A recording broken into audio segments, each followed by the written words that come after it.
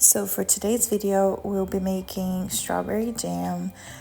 Showing you guys exactly how everything came out. That middle jar, I thought it was gonna be like completely filled, but it wasn't.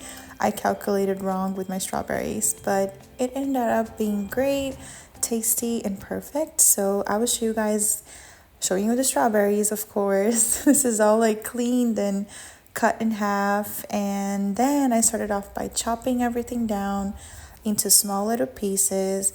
I like to cut it like in small pieces because it helps me when it comes to the cook time and everything, although I'm gonna blend everything at the end.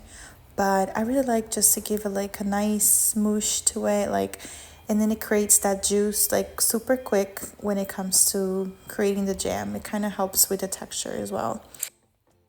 Then I started getting my Dutch oven ready. I love cooking in this pan pot. I have this for like years and I loved it. I just heat it up and I just threw everything on the pan and I set it, let it, adding the sugar, of course. I don't really measure when it comes to the sugar, but usually I think it was about 3 cups of sugar or maybe a little less. I don't like adding too much sugar. I'd like to keep it with, depending on the strawberries, of course. If the strawberries are too acid, then I would add a little bit more sugar.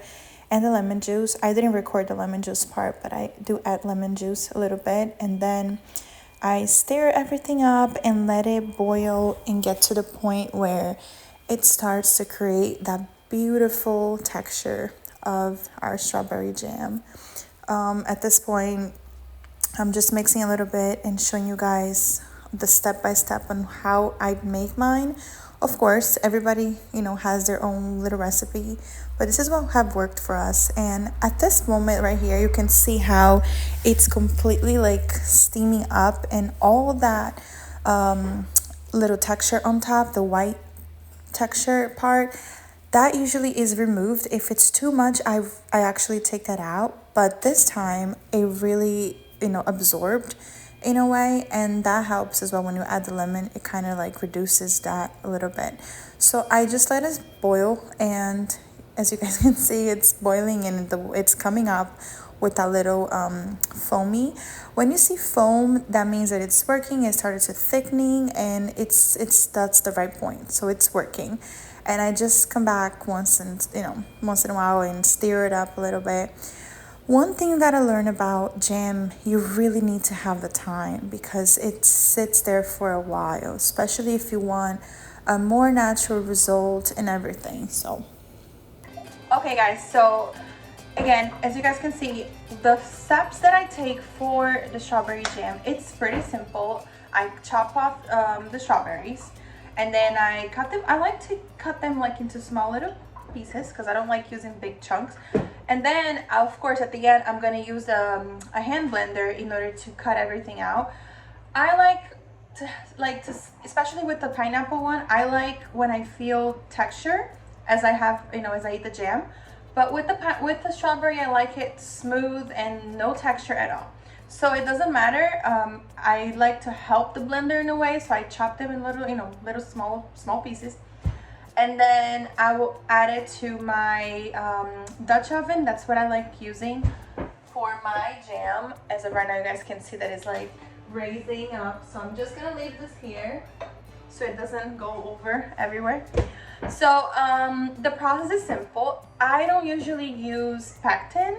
I might use it today. I'm gonna see how the consistency of the strawberry is today with the sugar, but usually I don't. I usually just let it, sit there for an hour maybe, depending on how the texture of the strawberry is. So then if I'm really in a hurry, I will use pectin. I don't really like it.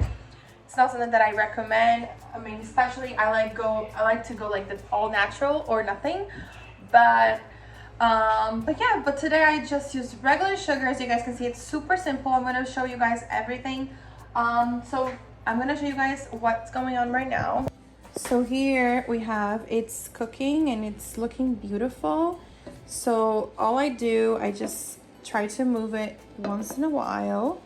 I haven't added anything, no pectin, nothing, just the sugar and the strawberry. As you guys can see, it's already starting to look pretty and like the consistency is thickening up. So it's working without the pectin. So I would probably do the pectin just for, you know, to finish everything up. I have to see, like I said, it goes by eyes. So I don't really measure anything. I have to kind of like go by my eyes, you know, eyeball it. I don't know how to say it, but I really don't measure anything. So that's basically, I will try to measure for you guys, but that's basically how I do it. Okay guys, so take a look how beautiful this looks. So it's already looking pretty, and it's already you can see how different it looks. Look, I think I'm gonna use pectin today because the fact that I cannot sit here and wait too long, and I just want to expedite this procedure this process of jamming this strawberry, because it's looking pretty but it's taking forever. And I'm just gonna give it like maybe 30 more minutes to see what happens, and we'll see. And then I'll decide officially if I'm gonna use pectin. But as you guys can see, I love that. After pectin, I'm gonna be blending everything so you guys can take a look how that looks. Okay, be right back. Here I'm just starting up dinner because I cannot just wait for the jam, and I have a family to feed. So I'm making pasta with meatballs. I have some beans. I have some rice coming up. And we're just gonna have pasta with meatballs and rice and beans and a salad. That's pretty much for today. And the jam. Look how beautiful. Oh my God. Everything is foggy. Look how gorgeous that is. So I'm gonna show you guys later on how everything looks up when I start up the pectin, and then I'll bring you guys back later. So here I'm just prepping some parsley and cilantro for my pasta. Like I said, I had to start dinner while I was waiting for this strawberry jam because I could not just sit there and wait. I have to feed my family. So here I'm chopping some of these green beauties because I'm obsessed with cilantro and parsley, guys. I don't know, but I cannot have my food not having any of these beauties in it. I just love the taste. So I was just adding that to checking my pasta actually and getting things ready. I hate my apron in this clip. Like, it looks so big and so weird. I'm definitely sewing myself an apron soon, so I'm very determined after this video. I was already thinking about it. Now I'm determined. I don't want to purchase one, so I just want to literally make myself. I just think it's a nice project to have. So as I go, I really need to tidy everything up as I go, and sometimes I don't. I understand, you know, my food and everything, our family's meal is the priority, and either I'm cleaning or not, but I love cleaning while I'm cooking, so it helps, you know, with the mess at the end. But most of the time it's for after anyways. So I was just prepping when I brought the Dutch oven with everything in it with the jam, because I need to blend everything out. So I am going to show you guys exactly what I do when I blend the strawberry. Okay guys, so here's the hand blender. I'm going to start blending all this up, and then we're going to add the pectin. Sorry, you guys are completely foggy. 1 second.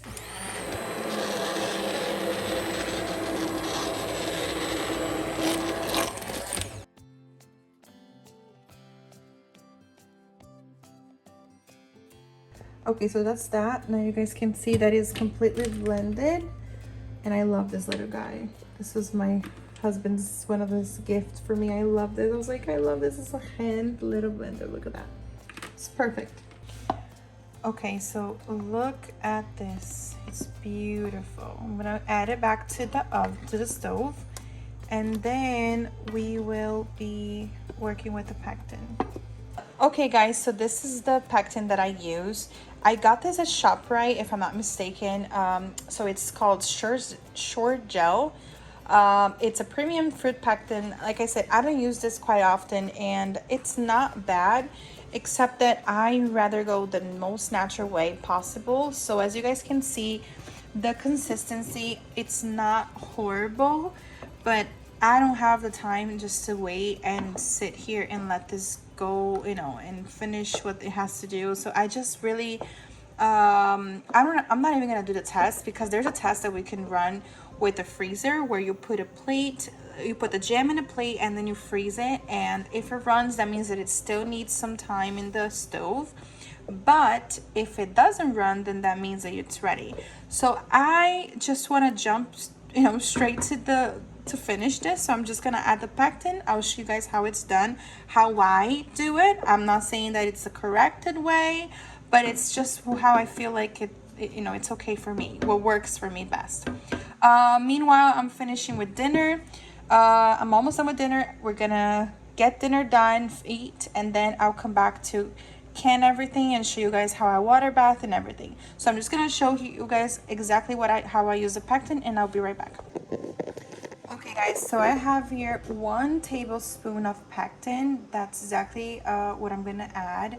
So I'm literally just adding this to the jam. I'm not doing too much. I'm just waiting it to get warm up again, because when I blended, I released and I removed it out of the oven. So I'm just gonna wait for it to boil again, and this should be done pretty soon. Not much to do, just let the pectin work and it should be ready to go. So I'm just gonna let it sit here for a little bit, and I'll come back and show you guys whenever it's ready. I know some people use it differently. They use the entire packaging, but in my case, I don't like using pectin, although they say it's the most natural way to create, you know, to make your jam. But I rather go, you know, little by little, and honestly I think it works best for me. So look, it's already starting to pick it up. Look, it's beautiful. Look how it's thickening. So I'll show you guys the end results in a bit. Okay guys, so dinner is ready. So I made pasta with meatballs and rice and beans for dinner. As you guys can see, it's pretty much done, and I'm gonna have dinner, feed my family, and then I would jump straight back to our jam. Strawberry, look how beautiful it's starting. Look, it's starting to thicken everything, and it should be done pretty soon. So I'll be back and show you guys whenever it's done, and then I will show you guys how I can it and how I water bath it. Okay guys, so this is our dinner for today. As you guys can see, it was just a quick it was just a quick meatballs with pasta and rice and beans. Super quick and yummy. So I'll show you guys now how I finished the strawberry jam. Okay guys, so the jam is done. As you guys can see, look how beautiful. It's so thick and it's perfect to can already. Oops. All right, so I have this ready. I'm gonna heat it up a little bit again, because I'm going to do I'm gonna put it in the jars while it's still hot. There's a method, I think it's called hot over hot. I'm not sure the method, but it's when you put hot jam in a hot jar. So that's what we're doing. And then here I have I don't have a pressure canner, but this is just a pressure cooker that I use for canning. It's whatever I have that is like long enough just to get all the jars fit in there. So that I have from a Ninja pressure cooker that I have, so I just put that there. I don't have a lot of the things for pressure canning or for canning. I'm gonna get that soon, but whatever you have home I think works, as long as you don't let the jars touch the bottom of the pot, you're good. So this is what I'm using right now, and I think it should be okay. I'm gonna show you guys as the process goes. So I'm heating this up already, and I am getting things ready, and I'll come back here and show you guys how it's done. Okay guys, so here I have my clean and sanitized jars. I'm using, I think, a pint, I think these are called. I'm not sure, correct me if I'm wrong. So I have clean lids and rings right here from the box. And our jam is ready to be packed. As you guys can see, this looks so pretty. And it's ready to go.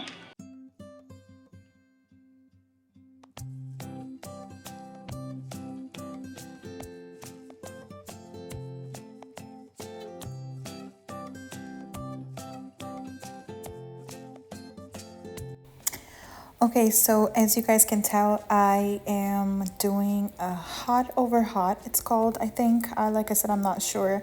All I know that the jar needs to be warm and while you put in warm, hot jelly in it. Otherwise, it will crack and break.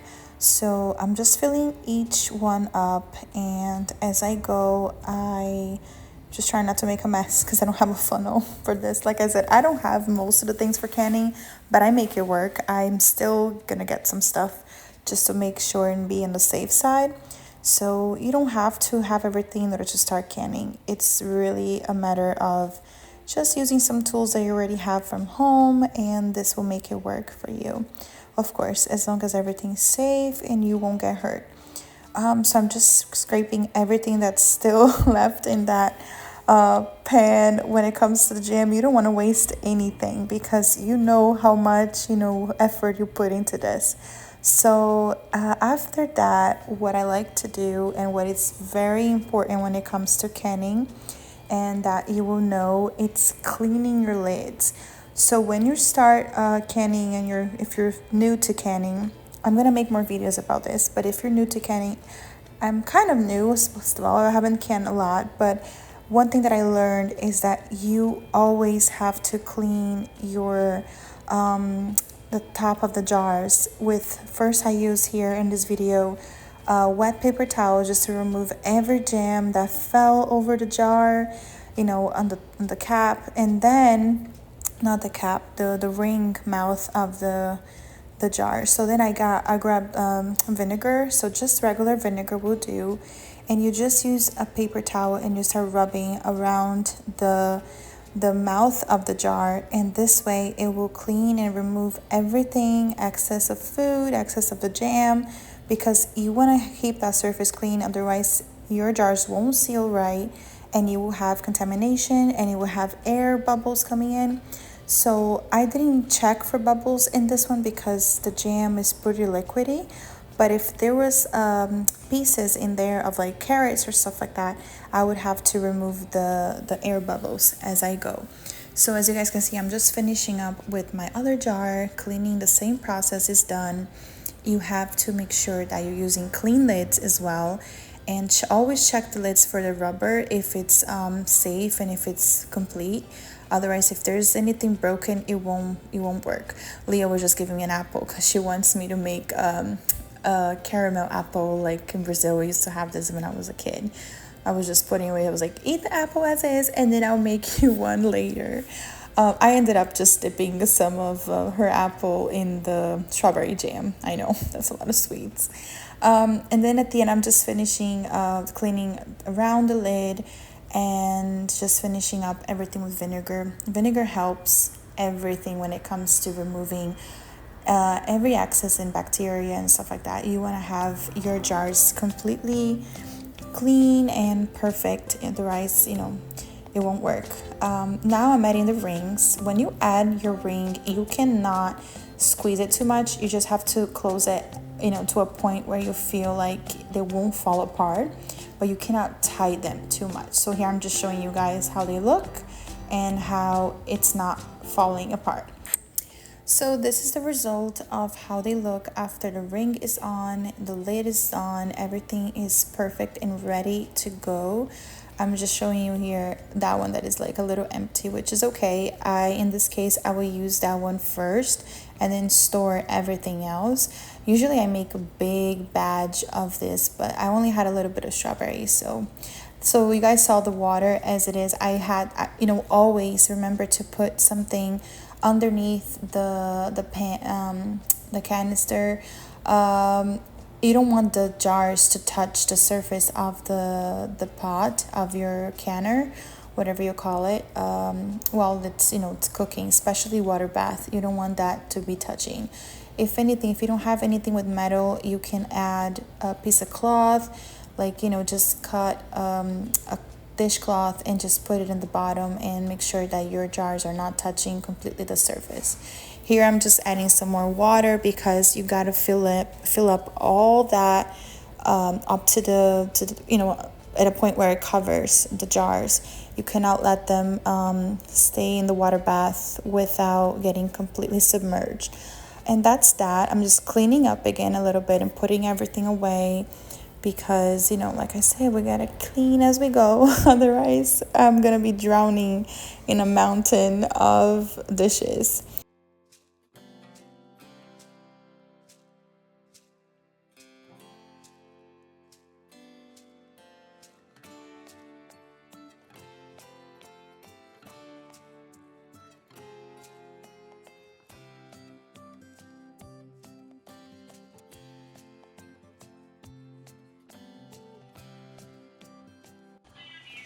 Okay guys, so they're ready to go. I'm only gonna start a timer this time whenever they start to bubble up, you know, to boil all the way. So whenever it starts to bring, you know, the water starts to bubble up, then I'll start the timer for 30 minutes and it should be okay. Like I said, it could be, you know, 15 minutes will do, but I like to keep it for 30. It's just a self preference. It's just, you know, the way I have been doing it. So they're completely submerged, as you guys can see. You cannot let them stay out of the water. I like to do it this way. It's what I, you know, prefer the most. And I know I could fit more jars in there, but I thought I was gonna get at least 5, and I guess it didn't work out. So, but it's okay. It's what is, you know, it's the strawberries that I have, and I got 2 huge boxes. I should have gotten more, but I just wanted to reuse them before they go bad. So yeah, so jam it is. So I'll tell you guys whenever it's ready. I'll come up here to show you guys the result. So it's starting to bring up, as you guys can see. It's starting, and then I'll show you guys. Okay guys, so it started to boil completely. So I am going to set up the timer and I'm going to go for 30 minutes and we should be good to go. And look how pretty they look. I will come back here and show you guys what I do after. Okay, so I have my sourdough here and I have to wash the jar. So I just poured my sourdough to a cup and it's looking so pretty and yummy, and I can't wait to bake it and show for you guys what I do with my sourdough. I'm still learning how to work with sourdough. I honestly have worked more with dry yeast, but I am loving to create recipes with sourdough. I'm so excited to show you guys and, you know, a little bit of what I know already. So my jar is being washed, so I just poured here so I don't lose it because it was in the fridge, and because I haven't baked anything with this for a little while, so I need to use it before it goes bad. So I decided to pour it here, wash the jar, and change everything in order to maybe this weekend bake something. Okay guys, my timer just finished and here it is. I just turned it off and now I'm gonna let it cool a little bit and then I'm gonna show you guys the final result.